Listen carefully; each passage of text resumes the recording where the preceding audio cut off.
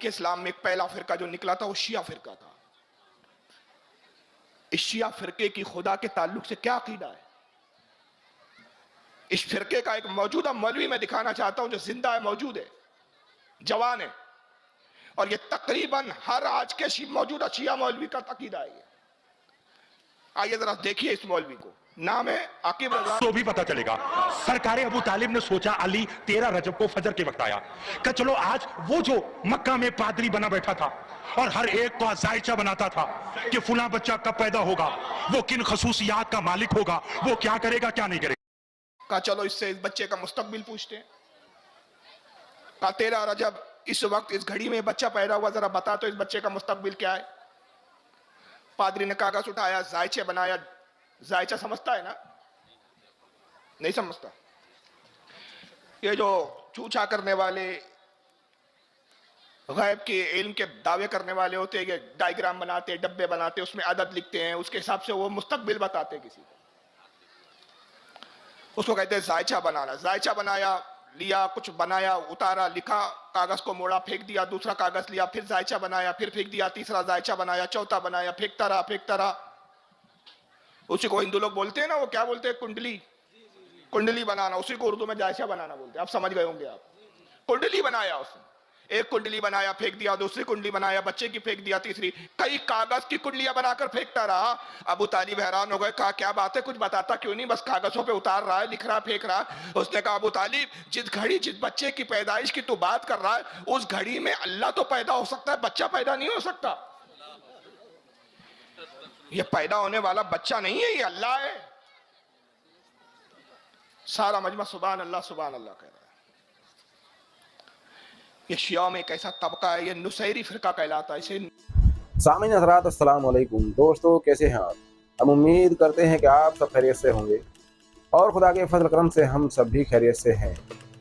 तो दोस्तों जैसा कि हमारा मौक़िफ़ है अहले बैत की शान बयान करना, फ़ज़ाइल अहले बैत तमाम लोगों तक पहुँचाना, तो दोस्तों आज का जो हमारा मौक़िफ़ है सुन्नी और शिया, यानी कि सुन्नी हज़रात जो हैं अहले सुन्नत वल जमात कहने वाले खुल्लम खुल्ला शियों को यानी सैयदों को, वो खुल्लम खुल्ला राफ़ज़ी और काफिर न जाने क्या क्या अल्क़ाब से नवाजते हैं। क्यों?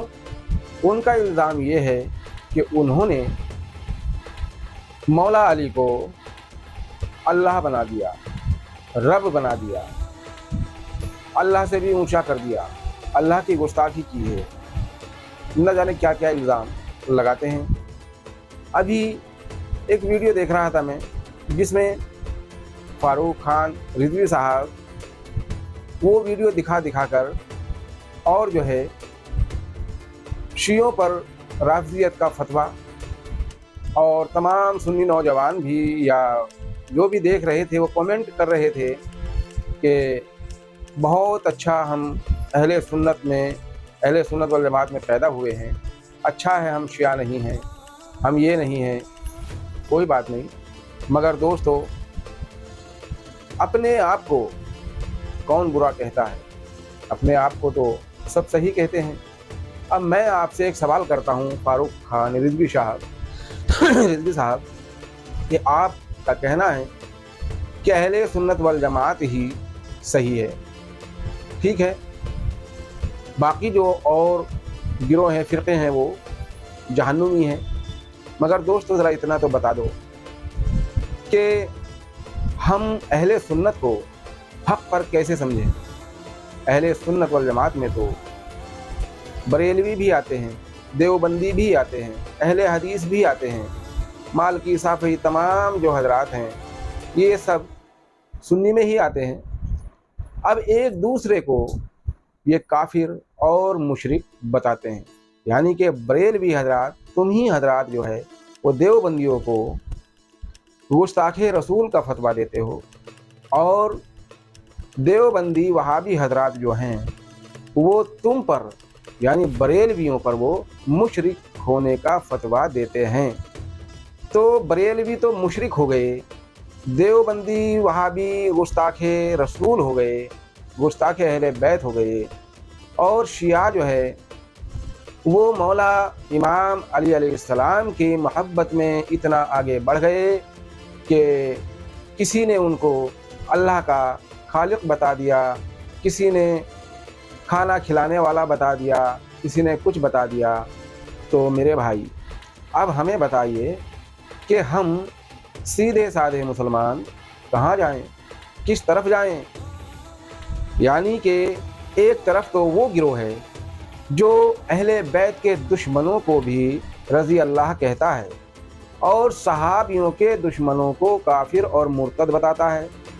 यानी मिसाल के तौर पर हज़रत अबू बकर सिद्दीक़ रज़ी अल्लाह अन्हु ने जिनसे जंग की जिन मुसलमानों से, तो उनको काफिर कहते हो कि जिनसे जंग की हज़रत अबू बकर सिद्दीक़ ने काफिर हैं क्योंकि उन्होंने ज़कात से इनकार कर दिया, फला फला फला।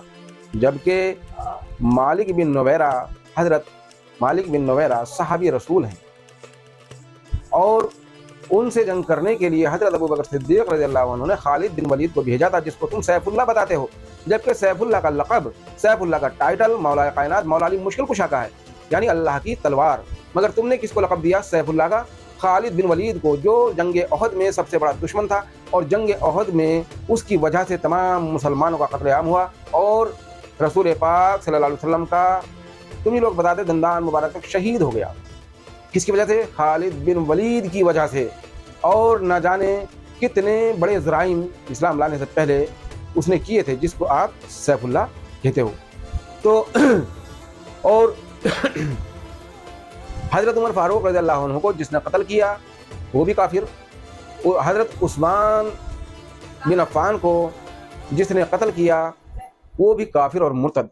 मगर जिसने मौला कायनात मौला अली मुश्किल कुशा के सामने खुलेआम जंग की तलवार उठाई और लानतें करवाई, मौला अली को शब्बो सितम किया मिंबरों से, आज तुम्हारे लिए वो रज़ी अल्लाह है, इसीलिए अकड़ते हो, इसीलिए फ़ख्र करते हो कि तुम अहले सुन्नत हो और हम अहले सुन्नत हक़ पर हैं, और शिया राफ़ज़ी हैं और वो काफिर हैं, बेदीन हैं। तो तुम इतने बड़े दीन वाले हो जो अहले बैत के दुश्मनों को भी रज़ी अल्लाह कहते हो, और एक तरफ दावा करते हो हम अहले बैत से बहुत मोहब्बत करते हैं, हम मौला अली को मौला मानते हैं। मौला का मायना बताओ, मौला किसको कहते हैं? मौला का मायना क्या है?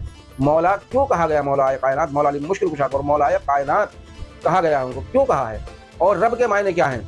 रब पालने वाले को कहते हैं। हज़रत अबू तालिब अलैहिस्सलाम को हुज़ूर पाक सल्लल्लाहु अलैहि वसल्लम का रब कहा गया है क्योंकि उनके पालने वाले हैं। हज़रत मूसा अलैहिस्सलाम का रब कौन है? फिरौन को हज़रत मूसा अलैहिस्सलाम का रब कहा गया क्योंकि उसने पाला है उनको। रब के मायने क्या समझते हो तुम? दोस्तों, दूसरे पर उंगली उठाने से पहले अपने गिरेबान में झांक कर देखा करो। अस्सलाम वालेकुम दोस्तों, हमारी वीडियो आपको अगर पसंद आई लाइक करें, शेयर करें, सब्सक्राइब जरूर कर लें ताकि हमारी हर आने वाली वीडियो आप तक पहुंचती रहे।